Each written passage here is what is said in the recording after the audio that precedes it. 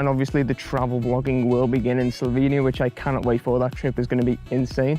So is the one to Croatia. Both of them are just going to be absolutely insane. But there's going to be a lot of stuff between now and then, so be sure to subscribe to the channel if you are obviously new around here.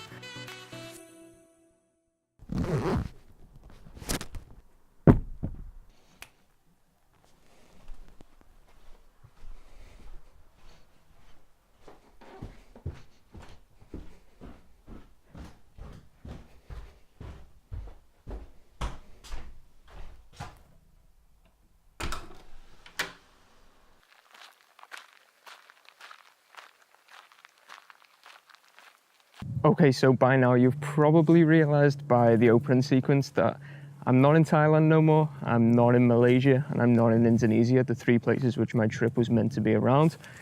And you've probably realized that I'm actually at home now. If you've not seen the last vlog, go and check it out, because this one will make a bit more sense to you. It's probably not going to make sense to anyone, which is why I'm making this vlog right now. But basically, in the last vlog at the end, I said expect the unexpected, and it was basically due to the fact that I wasn't entirely comfortable with the whole situation around the bus journey to Copenhagen and just the whole experience, to be honest. I know I hadn't been there that long. And trust me, I'm going to get to the point of why I'm currently at home in the middle of a field in the middle of nowhere, which I'll just show you right now, actually, to be fair. So this apparently is like a horse racing or horse practice track or something like that. There's actually quite a few horses over there. I've walked for about 10 minutes and I just come across this place. There's loads of bugs and stuff, so I probably will get stung by something while I'm here. But I basically wanted to record this vlog in the nature. We don't get weather like this very often here in the UK. It's actually a lot nicer than it was in Thailand, which again, as I said, I'm going to come on to everything in just a moment. But basically I wanted to record this vlog outside, and most of my vlogs going forward will actually be outside. But I'll get to all that in a moment. Let's actually just jump straight into the actual point itself. Okay, so as I said, I have come home, and obviously you can tell that by now. The reason for it was, obviously I went to Thailand during the wet season, the off season, where not many tourists travel, and I obviously knew that before I was going. Basically the backstory to it was I was meant to be going with my ex-girlfriend. That was the only time she could actually get off work and uni and all that stuff, because her timetable was different to mine. And it kind of fitted in well nicely with me, so I'm not putting the blame on her at all. It kind of fits in nicely with me because I obviously graduated uni and then I was just going to be going straight to Thailand literally the same week. So it made sense, and obviously I read online that there's still people that travel at that time. It's just not as nice weather-wise, and obviously the numbers aren't completely the same as what they usually are during the dry season or the warm weather season in Thailand.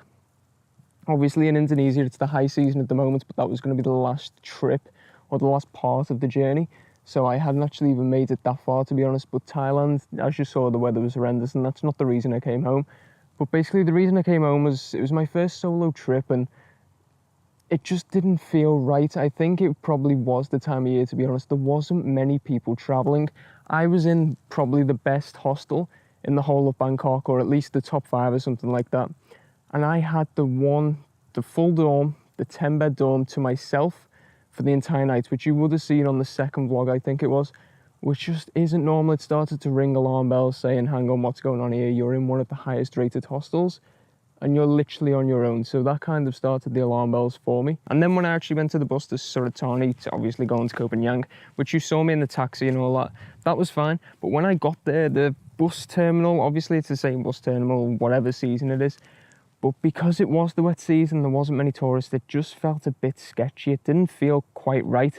And then I got on the bus, and it was a 50-seater bus, and I've read that this is really, really popular, this night bus, obviously during the high season. But when I was there, it was literally me and 3 foreigners, or 3 local people, 3 Thai people who were obviously traveling for work. And that was it. It was a 50-seater bus and there was 4 people on it. No one spoke English, not the driver, not obviously the hostess or whatever they're called. And I read that online, that happens, but I just felt very isolated. And then when I actually got to Suratani, again, I was literally probably the only English person there, which isn't a problem usually. What is that on my hat? Whoa, thought I was going to get stung. That's not a problem, but when you're that far away from home on your first solo trip, the weather's not great. You just want to be with people, you want familiar surroundings, you want to be traveling with other people. And that's the whole point of traveling for solo, so you can actually meet new people. And obviously I then went to the boat, and I had high hopes for the boat because obviously going to Copenhagen, Koh Samui, Koh Tao, they're the touristy places, and obviously during that time of year, people say it's a bit nicer. It's not completely nice because obviously it's still not the dry season, but it is a bit nicer compared to Bangkok and obviously the north of Thailand. So I presume most tourists will be there, most travellers, most solo backpackers. I got on the boat and there was literally, again, just local people. I even arrived in Koh Samui. I've not filmed any of this part, this was the part of me coming home. And there was literally hardly any tourists there, hardly any travellers. And it was just kind of a reality check that I'm a really, really long way from home. I'm not actually enjoying the trip at this point. So I just kind of made the decision there and then that I was going to come home. And I'll tell you why right now.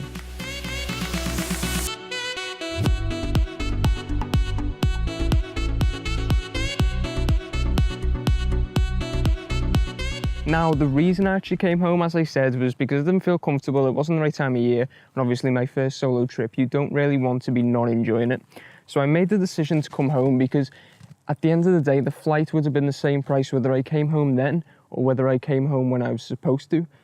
So I just took the flight and still had all the money saved because I barely spent anything at this point. I still had all that money saved and I was just losing out on the flight, which is what I would have had to have paid at any point anyway. So in my eyes, I've made the decision to come home, obviously based on what I've said.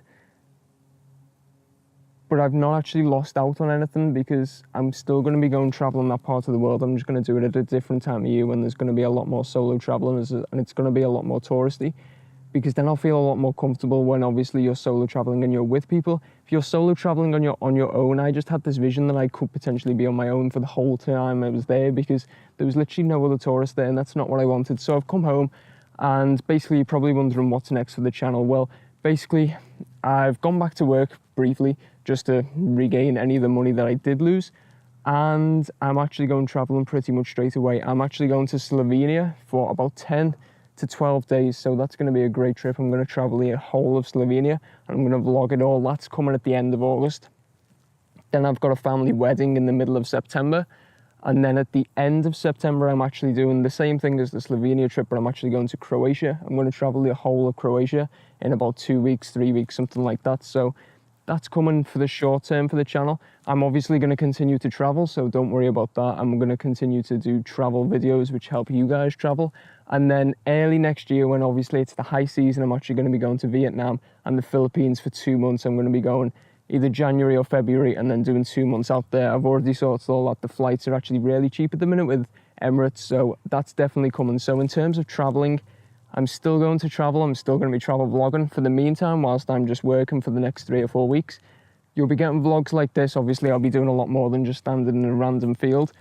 But you'll be getting vlogs, you'll be getting travel tips, you'll be getting travel videos, and then obviously the travel vlogging will continue and will start properly with the trip to Slovenia, carry on with the trip to Croatia. There'll be a few little trips in between, and then the big one, the 2-month one to the Philippines and Vietnam, which I'm really, really looking forward to because it's going to be the high season, it's going to be nice, it's going to be a lot of tourists, a lot of travellers, so it will be what I thought this trip was going to be. As I said, it was a disappointment to come home, but it was the right decision because I've still kept all my savings and I can just go again when I feel ready. So it was the right decision for me, and it was the right decision for the channel, so I'm looking forward to the future. Future is bright. Hopefully it's not as boring as this field, to be honest, but I know it won't be.